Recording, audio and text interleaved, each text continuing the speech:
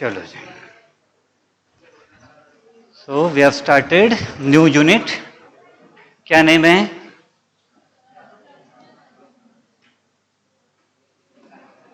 भूल गए क्या? Structural organisation in animals.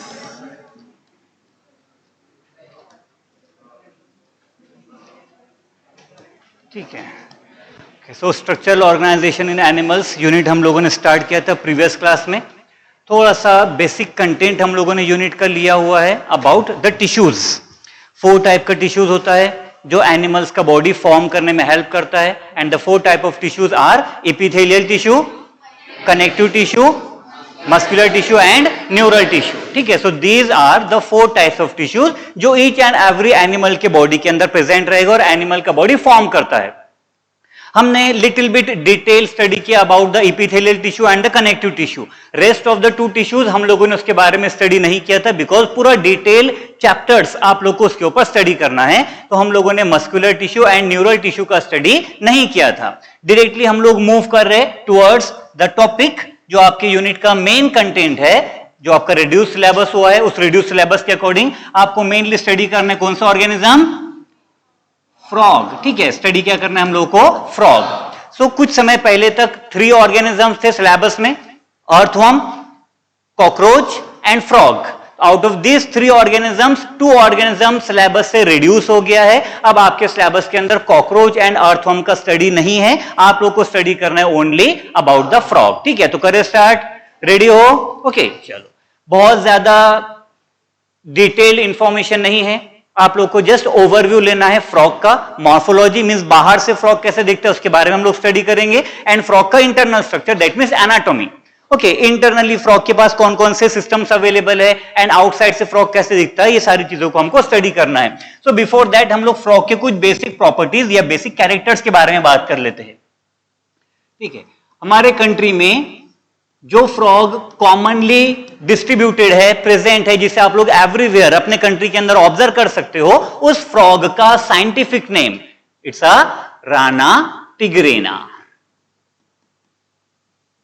ठीक है. नेम ध्यान रखना, नेम के ऊपर क्वेश्चन बनता है. ठीक है. It's a Rana tigrina. What is this? The scientific name of frog. ठीक है. फ्रॉग का साइंटिफिक नेम होता है राना टिग्रेना. और जब भी हम लोग साइंटिफिक नेम की बात करते हैं तो साइंटिफिक नेम को राइट करने का, लिखने का एक मेथड होता है, पैटर्न होता है. फॉर एग्जांपल अगर हमने राना टिग्रेना इस फॉर्मेट में लिखा तो ये आपका करेक्ट रहेगा. सम टाइम हम लोग क्या करते हैं, कभी फास्ट लिखना है तो हम लोग कुछ ऐसे लिख देंगे, राना टिग्रेना. ठीक है. क्या दिक्कत है इसमें? चलेगा? नहीं चलेगा. ठीक है. बिल्कुल नहीं चलेगा. आप लोग जब भी साइंटिफिक नेम लिखोगे किसी भी ऑर्गेनिज्म का, ठीक है, कोई भी ऑर्गेनिज्म हो, अगर आप लोग उसका साइंटिफिक नेम लिख रहे हो तो आपको उसका पहला लेटर क्या करना पड़ेगा? कैपिटलाइज करना पड़ेगा. ठीक है. जो फर्स्ट नेम होता है दिस राना, ठीक है, इट इंडिकेट द जीनस. ये क्या इंडिकेट करता है? Genus. For example we, human being, हमारा साइंटिफिक नेम क्या है? होमोसेपियन. बराबर. तो होमोसेपियन लाइक हम लोग ऐसे लिखते हैं, होमो, एच कैपिटल आएगा. ठीक है. H is always capital because homo means ये क्या हमारा जीनस है. तो जो जीनस होता है, जीनस का पहला लेटर हमेशा कैपिटल होना चाहिए. आप लोग chapter number 1 living world study करोगे, उसमें ये पूरे रूल्स एंड रेगुलेशंस आपको स्टडी करना रहेगा. अभी के लिए सिर्फ इतना ध्यान में रखो, जब आप लोग किसी भी ऑर्गेनिज्म का, किसी भी एनिमल का, किसी भी प्लांट का, किसी बैक्टीरिया का, वायरस का साइंटिफिक नेम लिखोगे तो उसका पहला लेटर शुड बी कैपिटल. ठीक है. And rest of the letters, remaining जितने भी लेटर्स है वो सबके सब स्मॉल फॉर्मेट के अंदर आप लोग लिख सकते हो. ठीक है. First thing. सेकंड थिंग, जब आप लोग इसे हैंड रिटन लिख रहे हो, जैसे साइंटिफिक नेम है, आप लोग हाथ से लिख रहे हो, पेन से लिख रहे हो आप लोग, तो जब भी आप लोग इसे लिखोगे हैंड रिटन रहेगा, इट शुड बी अंडरलाइन. उसके नीचे अंडरलाइन होना कंपलसरी है. ओके. अगर कभी आप लोगों ने जस्ट नेम लिख दिया, बराबर लिखा है, आर भी कैपिटल है, बाकी सारे लेटर स्मॉल है, बट आपने अंडरलाइन करना भूल गए, तो एग्जामिनर आपको मार्क्स नहीं देगा. ठीक है. तो जब भी आप लोग साइंटिफिक नेम लिखोगे, लिखने के बाद क्या करना पड़ेगा? अंडरलाइन. ठीक है. दोनों नेम्स को सेपरेट अंडरलाइन करना पड़ेगा. सेपरेट दिख रहा है? ओके. आप लोग ऐसे भी कर सकते हो.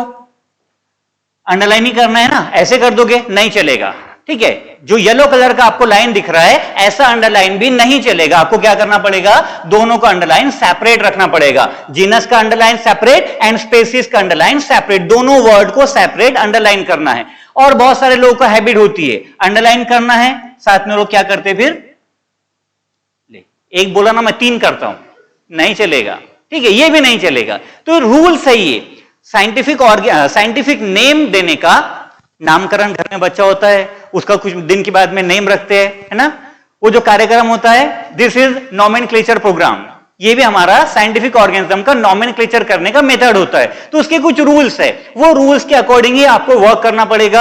आप एक से ज्यादा लाइन भी नहीं दे सकते हो और आपको यहां पर लाइन देना भी कंपलसरी है, देना ही पड़ेगा, बट नॉट मोर देन 1, ठीक है, क्लियर हो गया। चलो, तो फ्रॉग के बारे में हम लोग स्टडी कर रहे। फ्रॉग का साइंटिफिक नेम आपको पता चल गया, क्या है, राना टिग्रिना, ठीक है, this is the scientific name of the frog. Now the most important thing, आप लोग फ्रॉग को कौन से सीजन में ऑब्जर्व करते हो, अपने सराउंडिंग के अंदर आप लोग फ्रॉग देखते हो कौन से सीजन में, जनरली फ्रॉग्स हम लोग ऑब्जर्व करेंगे इन द रेनी सीजन, ठीक है। तो फिर विंटर्स या फिर समर्स, विंटर्स और समर्स में फ्रॉग कहां चला जाता है, दिखाई क्यों नहीं देता, ठीक है, इसके बारे में डिस्कशन करना है। पहले हमें फ्रॉग जनरली रेनी सीजन में ही दिखाई देगा। जब रेनी सीजन एंड हो जाएगा, रेनी सीजन एंड होने के बाद कौन सा सीजन आता है हमारे एरिया में, विंटर, विंटर एंड होने के बाद क्या आएगा, समर्स, ओके। तो विंटर एंड समर्स में जनरली फ्रॉग ऑब्जर्व नहीं होता है, व्हाई, बिकॉज फ्रॉग को बहुत ज्यादा ठंड पसंद नहीं है, ठीक है। अगर इन्वायरमेंट हमारा बहुत ज्यादा कोल्ड हो गया, इन्वायरमेंटल कंडीशन कोल्ड हो गई, कौन से सीजन में होगा, विंटर में, ठीक है, विंटर में इन्वायरमेंट बहुत ज्यादा कोल्ड हो जाता है। तो जब विंटर का सीजन आता है, इन्वायरमेंट बहुत ज्यादा कोल्ड हो जाएगा, तो ये कोल्ड इन्वायरमेंट फ्रॉग को पसंद नहीं है, ठीक है। चलो विंटर हो गया, उसके बाद क्या आ रहा है, फिर समर आ रहा है। समर डेज के अंदर हीट बहुत ज्यादा होती है, hot climatic condition again frog को पसंद नहीं है ना। तो किसी फ्रॉग को देखकर या फिर आप कोई फ्रॉग ऑब्जर्व कर रहे हो तो वो फ्रॉग आपको जनरली रेनी सीजन के अंदर ही दिखाई देगा, बिकॉज कोल्ड एंड हॉट दोनों भी इन्वायरमेंटल कंडीशन फ्रॉग को सूटेबल नहीं होता है। ऐसा क्यों, फ्रॉग को cold and hot climatic condition क्यों सूटेबल नहीं है और हमें सूटेबल है, हम लोग तो सारे इन्वायरमेंट बियर कर लेते, कोई भी इन्वायरमेंट हो कैसे भी हो, हम लोग सारे टेम्परेचर्स को, सारे इन्वायरमेंट को टॉलरेट कर सकते हैं, हम लोग जिंदा रह सकते हैं, लेकिन फ्रॉग ये टॉलरेट नहीं कर सकता। We human beings, mammals and birds, mammals and birds, mammals पता है, मैमल्स ऐसे ऑर्गेनिज्म जो अपने चाइल्ड को मिल्क प्रोवाइड करते हैं, they are called as the mammals. जो ऑर्गेनिज्म अपने चाइल्ड को मिल्क प्रोवाइड करते हैं, न्यूबॉर्न बेबीज को मिल्क प्रोवाइड करते हैं, they are called as the mammals.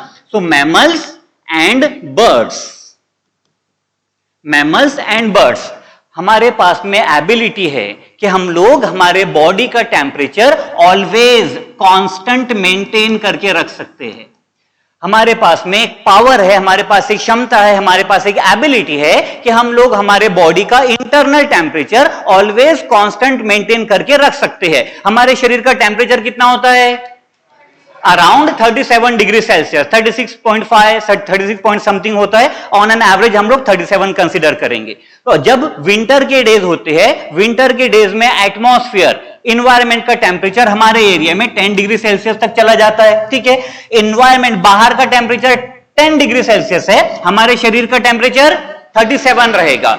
Hot climatic condition, outer temperature 45 degree Celsius तक हो जाता है, तब भी हमारे शरीर का टेम्परेचर 37 पर कांस्टेंट रहेगा। तो बाहर का टेम्परेचर कितना भी वेरी हो जाए, बाहर का टेम्परेचर कितना भी चेंज हो, वो कम हो जाएगा या ज्यादा हो जाएगा, आउटर टेम्परेचर, बॉडी का टेम्परेचर रिमेन्स कांस्टेंट, ठीक है, कैसा रहेगा, कांस्टेंट रहेगा, okay. That's why mammals and birds, हम लोग एक स्पेशल वर्ड यूज करते हैं, ऐसे ऑर्गेनिज्म जो अपने शरीर का टेम्परेचर कांस्टेंट मेंटेन कर सकते हैं, they are called as hot blooded animals. क्या बोलोगे, हॉट ब्लडेड एनिमल्स, ठीक है, they are called as the hot blooded animals. Those animals which can maintain their internal temperature constant, ऐसे एनिमल्स, ऐसे organism जो अपने शरीर का इंटरनल टेम्परेचर कांस्टेंट मेंटेन कर सकते हैं, they are called as hot blooded animals. इसका ऑपोजिट ले लेते हैं, फ्रॉग हम लोग स्टडी कर रहे। फ्रॉग अपने शरीर का टेम्परेचर कांस्टेंट मेंटेन नहीं कर सकता।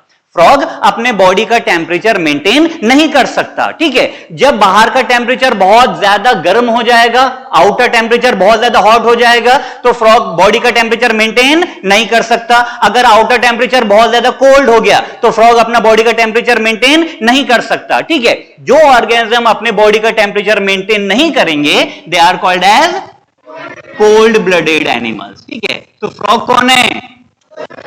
कौन है? Cold blooded animals. And human beings are hot blooded animals. Clear हो गया? समझ में आ गया? ठीक है। So frog it is a cold blooded animals. Cold blooded animals के लिए हमारे पास एक टर्मिनोलॉजी रहेगा। समझने के लिए क्या बोलोगे? Cold blooded animals. क्या बोलोगे? Cold blooded animals. बट इसके लिए एक्चुअल वर्ड हम लोग यूज करेंगे, इट्स अ पोइकिलोथर्म्स, ठीक है। क्या बोलोगे? Poikilotherms. So what do you mean bye poikilotherms? Cold blooded animals. What do you mean bye poikilotherms? Cold blooded animals. समझ में आ रहा है? लिखना किसी में भी नहीं है, अभी लिखना किसी में भी नहीं है। पूरा ध्यान आप लोग यहां पर रखो, सारी चीजें आपको मिल जाएगा। Okay, so frog it is a poikilotherm, means frog is a cold blooded animal. Cold blooded animal means which cannot maintain constant body temperature. Clear हो गया? ऐसा ऑर्गेनिज्म जो शरीर का टेम्परेचर कांस्टेंट मेंटेन नहीं कर सकता, that is called as poikilotherms, ठीक है। Example frog. Okay, poikilotherms are also called as cold blooded animals. One more terminology जो आपको 12th स्टैंडर्ड में यूज करना है, आज ही सीख लो, ठीक है। Cold blooded animals means they are also called as ectotherms. दूसरा नाम क्या है? और ectotherm. So ectotherms means, poikilotherm means, अरे समझ आ रहा है क्या? नहीं समझा? एक बार फिर से, ectotherm means poikilotherms and पोइकिलोथर्म means cold blooded animal. Is that clear? अरे समझा क्या? पक्का? चलो आगे। ओके, चलो नेक्स्ट थिंग। तो जब हॉट एनवायरमेंट आएगा, जब कोल्ड एनवायरमेंट आएगा, फ्रॉग देखने को नहीं मिलेगा, ठीक है। फ्रॉग दिखाई नहीं देगा, बिकॉज फ्रॉग कहां चला जाएगा? Frog will inter into the soil. कहां चले जाएगा? सॉइल के अंदर, ठीक है। फ्रॉग खड्डा करके सॉइल के अंदर चला जाता है। ओके, फ्रॉग सॉइल के अंदर चला जाएगा। सॉइल के अंदर जाएगा तो फिर एनवायरमेंट कुछ भी हो, ठंडा असो कि गर्म असो, है ना, फ्रॉग को कोई फर्क नहीं पड़ेगा, ठीक है। समझ में आ गई बात? तो जैसे ही विंटर के डेज स्टार्ट होते हैं, जैसे ही विंटर का सीजन स्टार्ट होगा या बहुत ज्यादा कोल्ड क्लाइमेटिक एरिया हो जाएगा, फ्रॉग सॉइल में चला जाएगा और इसे हम लोग क्या बोलेंगे? कौन सा स्लीप? विंटर। विंटर के सीजन में कोल्ड क्लाइमेटिक एरिया के अंदर फ्रॉग सॉइल के अंदर चला गया, वो अपने बॉडी की एक्टिविटी को एकदम स्लो डाउन कर देगा, ठीक है। सॉइल के अंदर चला गया, कुछ खाएगा नहीं, कुछ पिएगा नहीं, एकदम धीरे धीरे से ब्रीदिंग करेगा। ओके, आप लोगों को एनर्जी लगता है रेस्पिरेशन करने को। रेस्पिरेशन समझता है? श्वास अंदर लेते हो, बाहर छोड़ते हो, this is called as respiration. उसके लिए अच्छा वाला वर्ड क्या आएगा? ब्रीदिंग, ठीक है। रेस्पिरेशन भी बोल सकते हो, लेकिन बेटर है क्या बोलेंगे? ब्रीदिंग। तो अभी आप लोग बैठे हो शांति से, एनर्जी लग रहा है क्या? यस, एनर्जी लग रहा है। आप लोग मेरी बात सुन रहे हो? सुन रहे हो?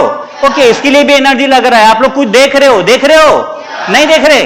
देख रहे? इसके लिए भी एनर्जी लग रहा है। सांस ले रहे हो? अरे जिंदा हो क्या मर गए? जिंदा हो, इसके लिए भी आपको एनर्जी लग रहा है। ब्रीदिंग कर रहे हो ना, इसके लिए भी एनर्जी लग रहा है। आपका हार्ट बीट हो रहा है, उसके लिए भी एनर्जी लग रहा है। तो ये सारी एक्टिविटीज को एनर्जी लगता है। फ्रॉग क्या करेगा? सो जाएगा, ठीक है। वो अपनी शरीर की पूरी एक्टिविटीज को स्लो डाउन कर देगा। जितना रेस्पिरेशन वो रेनी सीजन में करता है, उससे बहुत कम रेस्पिरेशन वो विंटर के समय करेगा। जितना ब्रीदिंग वो नॉर्मल डेज या फिर रेनी सीजन में करता है, उससे बहुत कम ब्रीदिंग कब करेगा? विंटर के सीजन में, ठीक है। इसलिए हम लोग बोलते हैं कि this is called as winter sleep. Okay, और जब इन्वायरमेंटल कंडीशन बहुत ज्यादा हॉट हो जाएगा, सीजन कौन सा? समर, ठीक है, तब भी कहां चला जाएगा? क्या बोलोगे? Summer sleep. आगे बात समझ में? ठीक है। तो winter sleep and summer sleep, winter sleep and summer sleep, ये फ्रॉग के पास में एक ऑप्शन है कि वो रेनी सीजन में एक्टिव रहेगा एंड विंटर सीजन में या फिर hot climatic condition summer season के अंदर वो सॉइल के अंदर चला जाएगा। This is called as the winter sleep and the summer sleep. Winter sleep, summer sleep, again आपके इंग्लिश डिक्शनरी के वर्ड्स है।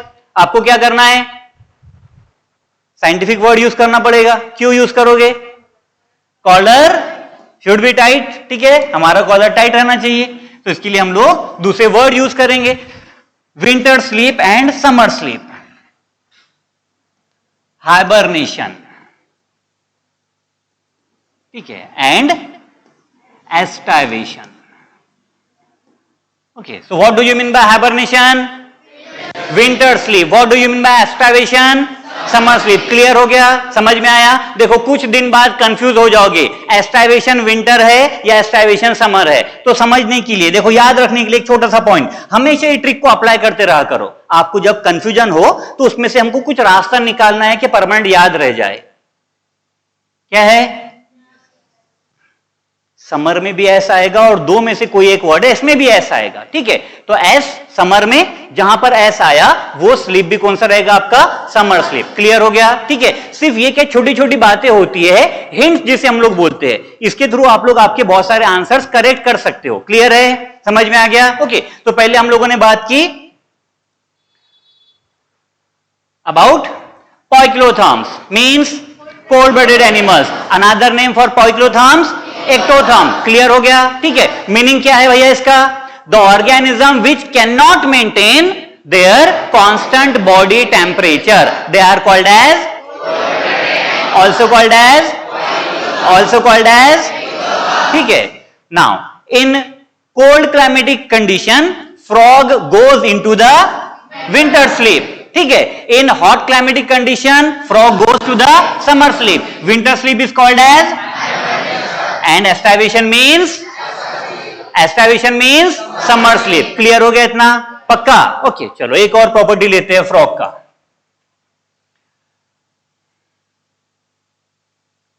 It's a camouflage.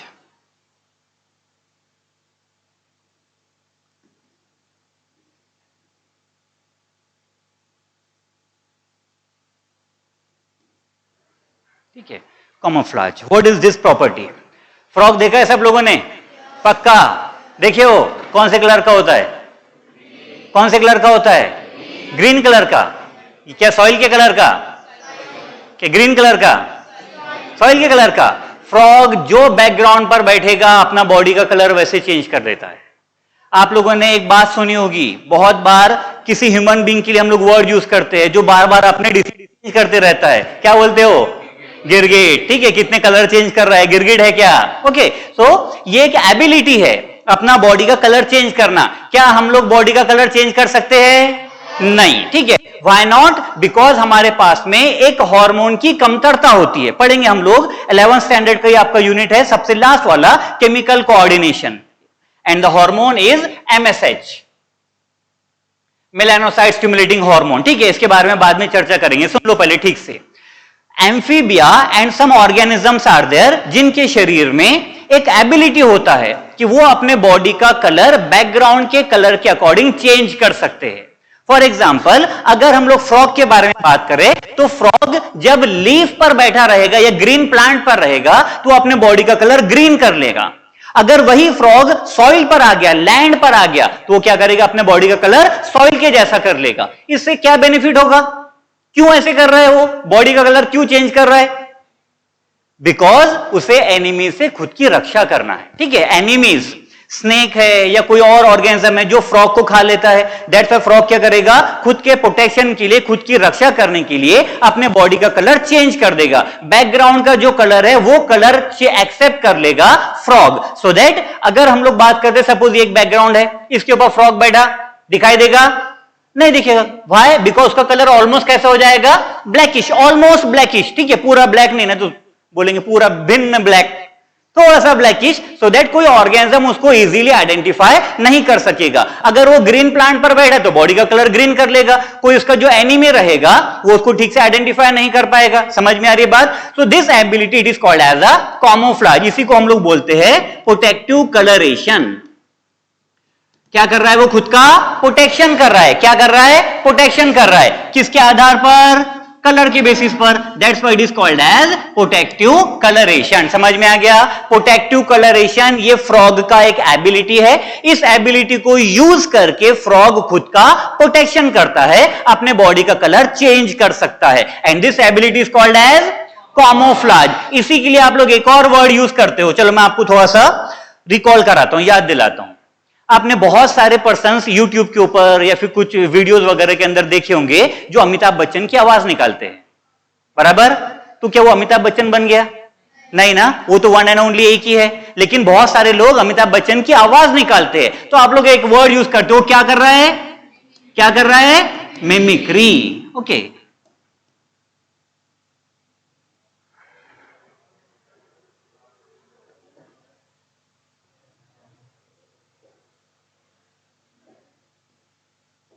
ठीक है, मिमिक्री। तो फ्रॉग भी क्या कर रहा है? मिमिक्री कर रहा है। किसका मिमिक्री कर रहा है? एनवायरमेंट का, बराबर? जो एनवायरमेंट पर, जो बैकग्राउंड पर वो बैठा है, वो उसकी कॉपी कर रहा है और बॉडी का कलर चेंज कर दे रहा है, ठीक है? तो इसे हम लोग मेनली बोलेंगे it's a protective colouration, also called as the camouflage. Is that clear? यहां तक समझ में आ गया सबको? कोई दिक्कत? पक्का? ठीक है, चलो आगे बढ़ते हैं। नाउ मॉर्फोलॉजी स्टार्ट करते हैं फ्रॉग का। ये तो बेसिक आइडिया, फ्रॉग कैसा है, फ्रॉग के पास में कौन कौन से प्रॉपर्टीज है, ठीक है? साइंटिफिक नेम याद हो गया? क्या है? क्या है? राना टिग्रिना। बुक्स यूज नहीं करना है अभी, ओके? अभी बुक्स यूज मत करो, बुक्स के अंदर हाईलाइट करना, अंडरलाइन करना, ये काम अभी मत करो, पहले समझ लीजिए। Now we are moving towards the morphology of frog. Morphology का मीनिंग बताओ? एक्सटर्नल अपीयरेंस, ठीक है? एक्सटर्नल स्ट्रक्चर और एक्सटर्नल अपीयरेंस। हम लोग फ्रॉग को पहले बाहर से ऑब्जर्व करते हैं कि आउटसाइड से फ्रॉग कैसा दिखेगा, ठीक है? From the outer side frog कैसा दिखाई देता है, पहले इसके बारे में डिस्कशन कर लेते हैं। सो फ्रॉग का शरीर 2 पार्ट्स में डिविजिबल रहेगा। 2 पार्ट में हम लोग फ्रॉग के बॉडी को डिवाइड कर देंगे। First portion it is called as head and second part is trunk, ठीक है? Head and trunk.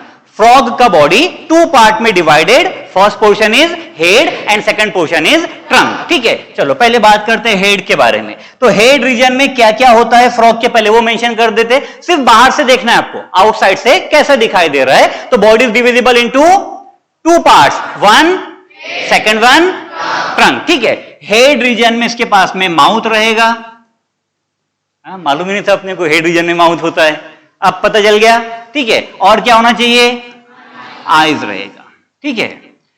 Okay, and year like structure present होता है। अभी मैं ईयर लिख देता हूं, बाद में हम लोग इसका पर्टिकुलर नेम डाल देंगे, ओके? तो इतना स्ट्रक्चर आप लोग ऑब्जर्व करोगे कौन से एरिया में? हेड रीजन के अंदर, ठीक है? चलो स्टार्ट करते हैं। Now listen carefully. फ्रॉग के पास नेक अवेलेबल नहीं होता है, ठीक है? नेक एंड टेल एब्सेंट है। फ्रॉग में नेक भी नहीं होता है और फ्रॉग के पास में टेल भी प्रेजेंट नहीं होता है। नेक अब्सेंट होने के कारण फ्रॉग बहुत अच्छे से स्विमिंग कर सकता है, ओके? फ्रॉग बहुत अच्छे से स्विमिंग कर सकता है बिकॉज के पास में क्या एब्सेंट है? नेक एब्सेंट है। क्लियर हो गया? तो नेक एब्सेंट होने का बेनिफिट है फ्रॉग को कि फ्रॉग वाटर में जब रहेगा तो बहुत अच्छे से स्विमिंग कर सकता है because neck is absent. Clear हो गया? ठीक है, चलो देन नेक्स्ट थिंग, अगर हम लोग इसके आईज के बारे में डिस्कशन करें, फ्रॉग का आईज, तो इसके आईज के ऊपर कवरिंग्स प्रेजेंट होती है। आईज के ऊपर कवरिंग प्रेजेंट होती है and the coverings are called as nictitating membrane. क्या बोलोगे कवरिंग को? Nictitating membrane. चलो मैं समझाता हूं आप लोग को, ज्यादा दिक्कत की बात नहीं है, समझ लो ठीक से। छोटे बच्चे को ऑब्जर्व करना, कभी अपने सिलेबस में ना छोटे बच्चों का एग्जाम्पल बहुत है, बहुत बार आपको छोटे बच्चों को कंसीडर करना है, ओके? चलो एक बार फिर से इमेजिन करते हैं, कोई छोटा सा बच्चा कर रहे हो गया इमेजिन, ओके? उसके सामने खड़ी है एक हेन, मुर्गी है खड़ी, ओके? अब वो बच्चा ऑब्जर्व कर रहा है कि वो जो हेन है उसकी आईज क्लोज है। आप भी देखते हो कि हेन अगर खड़ी है शांति से तो उसकी आईज क्लोज होती है। बच्चा क्या करता है? धीरे धीरे उसके पास जाता है पकड़ने को। किए कभी ऑब्जर्व? देखिए आप लोगों ने ऑब्जर्व किया कभी? वो बच्चा उसके पास जाता है, उसको क्या लग रहा है कि हेन सो रही है, उसकी आईज आपको क्लोज दिखाई देती है, उसकी आईज क्लोज है। बच्चा उसके पास जाता है उसको पकड़ने के लिए, जैसे उसके क्लोज जाता है, नजदीक जाता है, हेन वहां से भाग जाती है। उसको कैसे मालूम कोई पकड़ने के लिए आया है? निक्टेटिंग मेम्ब्रेन, ठीक है, ये है निक्टेटिंग मेम्ब्रेन का कमाल। ओके, हमारी आईज में भी था पहले, दिस इज ह्यूमन आई। अभी भी आप लोग ऑब्जर्व कर सकते हो, घर जाकर खुद की आंखें देखना, मेरी आंखें मत देखो, ठीक है। आईज में एक रेड कलर का या पिंक कलर का डॉट होता है, मेरी आंखें मत देखो, मुझको शर्म आती है, ऐसे मत देखो तुम लोग, ठीक है, होता है सबके पास। ओके, ये क्या है? This was the nictitating membrane. हम लोगों ने इसका काम करना बंद कर दिया, हम लोगों ने निक्टेटिंग मेम्ब्रेन को यूज बंद कर दिया, that's why it become the vestigial organ. ये हमारा वेस्टिजियल ऑर्गन बन गया, ठीक है। बर्ड्स के पास में ये अभी भी फंक्शनल है, it is named as the nictitating membrane. तो जो हेन थी, वो जो बर्ड होता है जिसे पकड़ने के लिए बच्चा गया, उसने अपने आईज के ऊपर कवरिंग करके रखा है, क्या? Nictitating membrane. निक्टेटिंग मेम्ब्रेन के अंदर से सब कुछ दिखता है। हमें ऐसे लग रहा है कि बर्ड सो रहा है, वो हेन सो रही है, लेकिन उसने क्या किया? सामने मेम्ब्रेन डाल दिया। ये मेम्ब्रेन में से उसको सब कुछ दिखाई देता है, सब दिख रही है, आप कैसे धीरे धीरे उसके पास आ रहे हो, वो सब कुछ ऑब्जर्व कर रही है, बिकॉज ये ट्रांसपेरेंट होता है, ठीक है। इसमें से वो देख सकती है, तो वो सो नहीं रही है, वो आपको बेवकूफ बना रही है। ओके, क्लियर है? तो निक्टेटिंग मेम्ब्रेन क्यों है फिर बर्ड्स के पास में? उनके आंख में अगर कचरा चले गया तो क्या करेंगे वो? ऐसे करेंगे? नहीं ना, पानी लेके साफ करेंगे? नहीं। दैट्स वाई क्या हुआ है, उन्होंने एक मॉडिफिकेशन किया है, उनके पास में क्या है? निक्टेटिंग मेम्ब्रेन है, सो दैट जो डस्ट वगैरह है वो उनके आई के अंदर इंटर नहीं होगा। सेम निक्टेटिंग मेम्ब्रेन ये कैमल में भी प्रेजेंट होता है, कैमल के पास में भी है। कैमल जब डेजर्ट के अंदर घूमता है, वहां पर हवा चलती है, हवा चलती है तो बहुत सारा सैंड उड़ता है, रेत उड़ती है, रेत उसकी आंखों में जाएगी, बराबर। जैसे आप लोग घर से, क्लास से निकलकर अब घर जाओगे, घर जाते वक्त में बहुत सारे लोग स्पेक्ट लगा लेते हैं, ग्लासेस लगा लेते हैं, आईज की प्रोटेक्शन करने के लिए। नहीं लगाओगे तो घर जाने के बाद एक ट्रक मिट्टी निकलती है आंखी में से, है ना, कितनी सारा सॉइल निकलता है, मिट्टी निकलती है आईज में से, बिकॉज सारा डस्ट हमारे आई के अंदर जा रहा है। तो कैमल क्या करता है, जब उसको डेजर्ट में चलना है, वो अपनी आईज को कवर कर लेगा, किससे? निक्टेटिंग मेम्ब्रेन से। तो क्या अंधा हो गया? दिखेगा नहीं उसको, सब कुछ दिखेगा, डस्ट उसके आई के अंदर इंटर नहीं होगा। Same thing is present in the frog, ये फ्रॉग के पास में भी होता है। तो जब फ्रॉग वाटर में रहेगा, पानी उसकी आंखों के अंदर नहीं जाना चाहिए। जब फ्रॉग वाटर में रहेगा तो वाटर उसके आईज के अंदर इंटर नहीं होना चाहिए, दैट्स व्हाई वो क्या करेगा? अपने आईज के ऊपर कवरिंग जो है वो यूज करेगा, and this covering is called as nictitating membrane. तो ह्यूमन बीइंग के पास निक्टेटिंग मेम्ब्रेन नहीं है, पहले था, लेकिन हमारे पूर्वज ने इसे यूज करना बंद कर दिया, हमारे एंसेस्टर्स ने इसको यूज करना बंद कर दिया, that's why it become a vestigial organ in our body. Clear हो गया? ओके, तो फ्रॉग के पास में two parts, head and the trunk. Head region के अंदर माउथ अवेलेबल रहेगा, आईज रहेगा, और आईज के ऊपर क्या है? कवरिंग का नाम बोलो, निक्टेटिंग मेम्ब्रेन। क्लियर हो गया? ठीक है, चलो फ्रॉग के बारे में एक और बात। फ्रॉग वाटर में प्रेजेंट होता है, बट कभी पानी नहीं पीता। फ्रॉग नेवर ड्रिंक्स वाटर, ठीक है, नेवर।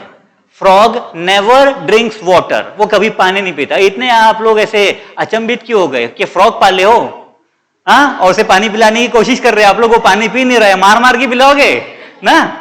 तो फ्रॉग कभी पानी नहीं पीता है, वो अपने स्किन के थ्रू वाटर को एब्जॉर्ब करता रहेगा, ठीक है, स्किन के थ्रू वाटर को एब्जॉर्ब करता रहेगा। एंड फ्रॉग का जो स्किन होता है वो ऑलवेज स्लिपरी होता है। पकड़े कभी फ्रॉग को? पकड़ा है कभी? ट्राई किया करो यार ऐसी चीजें, फ्रॉग को पकड़ के देखना, वो हाथ में आता नहीं है, स्लिप हो जाता है।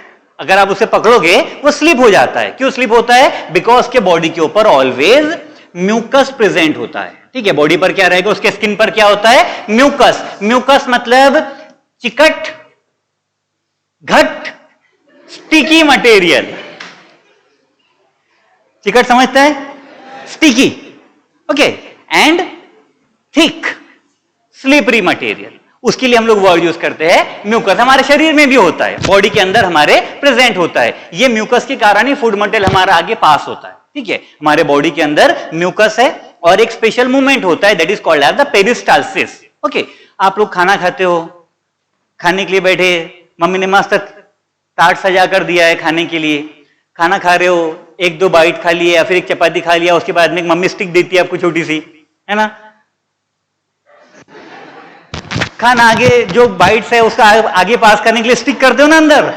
अरे नाली है क्या, गटर है क्या? नहीं ना, ठीक है। वो खाना ऑटोमेटिकली आगे पास हो जाता है। कैसे? Because of this mucus and the peristalsis, हमारे बॉडी के अंदर जो मूवमेंट होता है इंटरनल ऑर्गन का, मसल्स का, वो मूवमेंट को हम लोग पेरिस्टालसिस बोलते हैं। और साथ में क्या है, म्यूकस है। तो पूरा फूड मटेरियल स्टिकी हो जाएगा एंड स्लिपरी हो जाएगा, तो बॉडी में से हमारा इजीली आगे पास होता रहता है। ठीक है, तो जो फ्रॉग है उसका स्किन म्यूकस प्रेजेंट होने के कारण कैसा रहेगा, स्लिपरी रहेगा।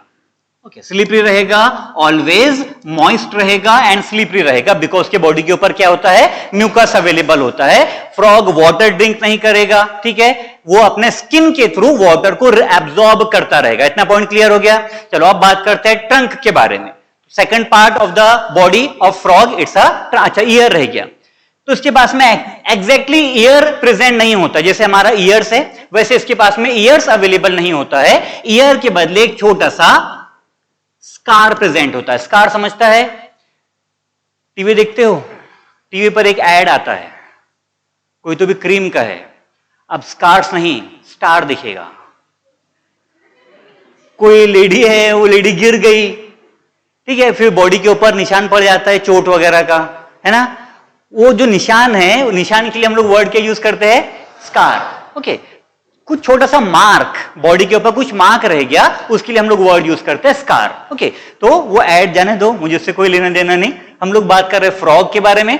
फ्रॉग के बॉडी के ऊपर एक छोटा सा मार्क होता है आइस के पास, ठीक है, आइस के पास में मार्क्स होते हैं, उसे हम लोग अभी स्कार बोल रहे हैं, बट वो क्या रिप्रेजेंट करेगा, उसका ईयर रिप्रेजेंट करता है, and that thing is called as the tympanum.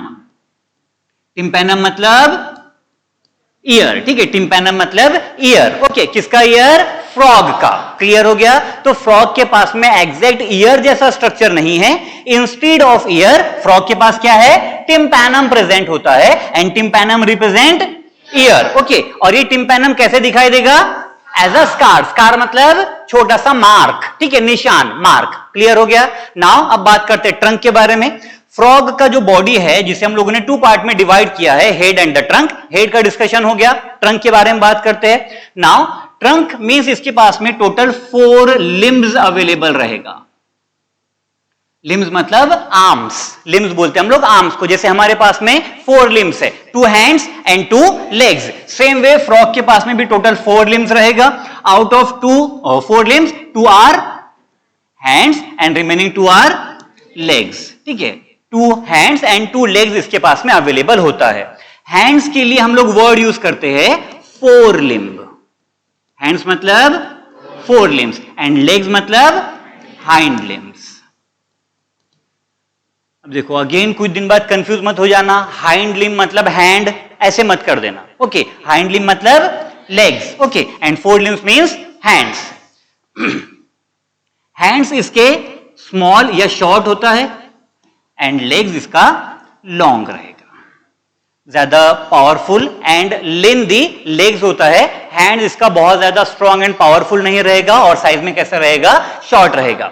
इसके हैंड्स पर मतलब 4 लिम्स पर ओनली 4 डिजिट्स है, 4 फिंगर्स होती है।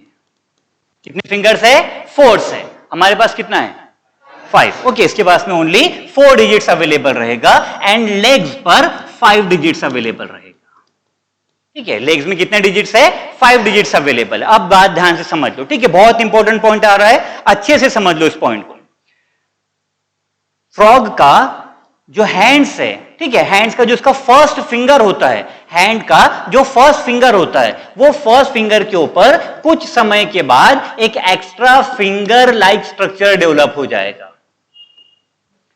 एक्चुअली हैंड में कितने फिंगर है, ओनली 4 है। ओके, जो मेल फ्रॉग होता है, ओनली मेल फ्रॉग, जो मेल फ्रॉग्स होते हैं, मेल फ्रॉग के हैंड के फर्स्ट फिंगर पर एक एक्स्ट्रा फिंगर डेवलप होता है। This extra finger it is called as amplexus. Okay, it is called as amplexus. ये एम्प्लेक्सस की सहायता से और रिमेनिंग 4 फिंगर की सहायता से मेल फ्रॉग फीमेल फ्रॉग को टाइटली पकड़ता है, होल्ड करता है eight the time of sexual interaction. Only male frog के अंदर ये डेवलप होगा, ओनली मेल फ्रॉग में ये डेवलप होता है, और इसका रोल क्या है, to hold the female frog tightly at the time of sexual interaction. तो जो एडल्ट फ्रॉग होते हैं मेल, केवल उनके अंदर ये डेवलप होगा। जो न्यू बॉर्न बेबीज है फ्रॉग के, उनके अंदर प्रेजेंट नहीं होता है, और फीमेल फ्रॉग में भी अवेलेबल नहीं रहेगा। केवल मेल फ्रॉग के पास में एम्प्लेक्सस नाम का एक्स्ट्रा फिंगर प्रेजेंट रहेगा। हैंड पर है कि लेग्स पर है? हैंड्स पर, ठीक है। और कौन सी फिंगर हैंड की? फर्स्ट फिंगर, ठीक है। क्लियर हो गया? समझ में आ गया? Okay, then one more thing, इनकी जो फिंगर्स होती है, फिंगर्स सपोज लाइक दिस, ठीक है। फिंगर्स के बीच में अगेन स्किन प्रेजेंट होता है।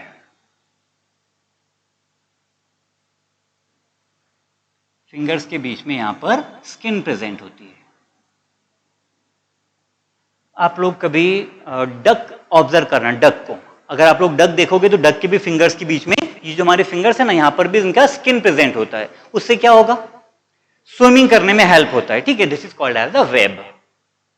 इसे हम लोग क्या बोलते हैं? वेब। क्लियर हो गया? समझ में आ गया? Okay, last thing about frog, croaking, ठीक है। Croaking, what is this croaking? ये फ्रॉग का साउंड है। फ्रॉग जो साउंड क्रिएट करता है उसे हम लोग क्या बोलते हैं? क्रॉकिंग। मेल फ्रॉग बहुत जोर से साउंड क्रिएट कर सकते हैं, that thing is called as the croaking.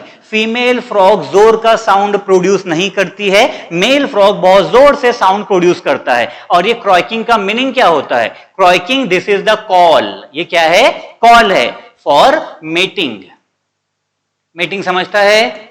Mating का मतलब होता है सेक्सुअल एक्टिविटी, ओके। मेटिंग का मतलब होता है सेक्सुअल एक्टिविटी, सेक्सुअल इंटरेक्शन। हम लोग मेटिंग ये वर्ड जनरली एनिमल्स के लिए यूज करते हैं। मेटिंग ये वर्ड जनरली एनिमल्स के लिए यूज होता है। ह्यूमन बींग्स के लिए हम लोग sexual interaction, sexual intercourse, sexual activity ये वर्ड यूज करेंगे। तो जब किसी मेल फ्रॉग को फीमेल पार्टनर के साथ में सेक्सुअल एक्टिविटी करना है, वो क्या करेगा?